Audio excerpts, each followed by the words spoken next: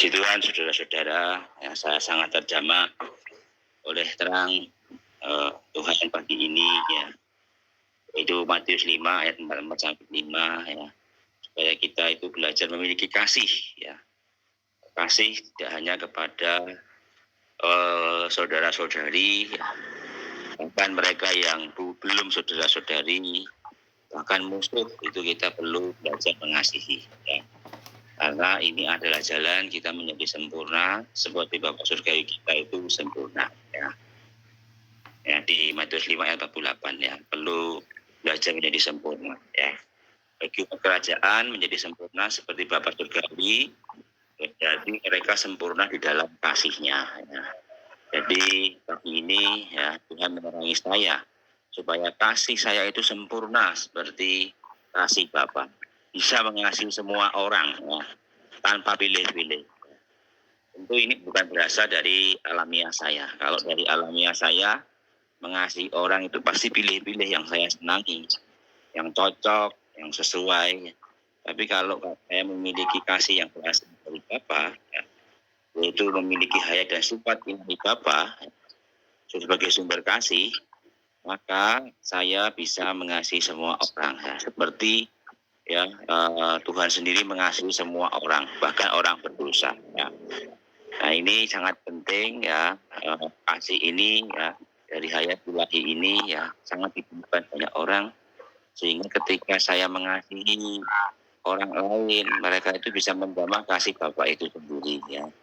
Semoga saya bisa memiliki hal yang demikian, belajar mengasihi bukan dengan diri saya sendiri, tetapi dengan hayat dan sifat Bapa, sehingga setiap orang bisa terjamah oleh kasih saya itu. Puji Tuhan. Amin. Puji Tuhan. Amin. Saya sangat diterangi bahwa perintah ini bukan suatu perintah biasa atau perintah pada umumnya, tetapi justru perintah ini adalah wahyu. Ya, wahyu itu terang ilahi yang disingkapkan kepada saya, kepada kita, bahwa Allah itu sudah pasti bisa membuat kita sempurna seperti Dia. Baru Dia memerintahkan kita, saya, saudara, untuk menjadi sempurna. Jadi Bapa kita itu Bapa yang baik, Bapa yang maha kasih. Kalau sampai ada orang Kristen mengatakan, wah, ini perintah yang berat, siapa yang bisa melakukan? Maka orang itu pasti belum mengenal. Orang itu memfitnah Bapa itu Bapa yang jahat. Perintahkan sesuatu pada anak yang tidak mungkin dilakukan. Seperti Bapak yang merintah anak umur 5 tahun mengangkat beras 1 kuintal ke tank. Nah, ini tentu menjadikan Allah itu penjahat, menjadikan Allah pendusta. Ya. Semoga kita hidup berdasar wahyu ilahi. Mohon diterangi Tuhan sehingga bisa melihat bahwa perintah ini justru perintah yang paling agung dan mulia, yang melebihi segalanya. Karena kalau kita ditarget menjadi sempurna dan benar-benar sempurna seperti Bapa di surga, sudah kurang apa lagi? Ya. Jadi kita tidak melihat luaran kita, tetapi melihat fakta yang telah rampung di mata Tuhan.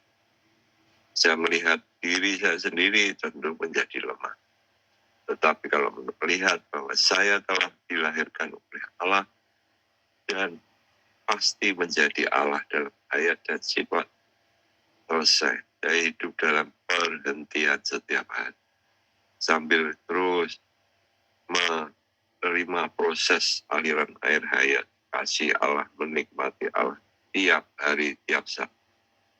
Puji Tuhan, kasih Tuhan pada kita bisa merahmati, bahwa tiap pagi kita bisa menerima penyegaran pagi. Ini tidak semua orang mendapatkan privilege, ya, mendapatkan kesempatan yang baik, yaitu mengumpulkan hayat ilahi menjadi sempurna seperti Bapa di surga.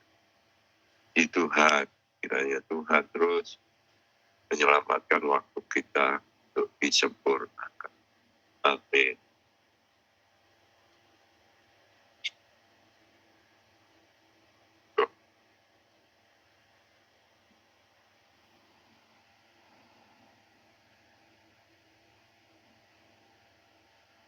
Silakan Pak Steve.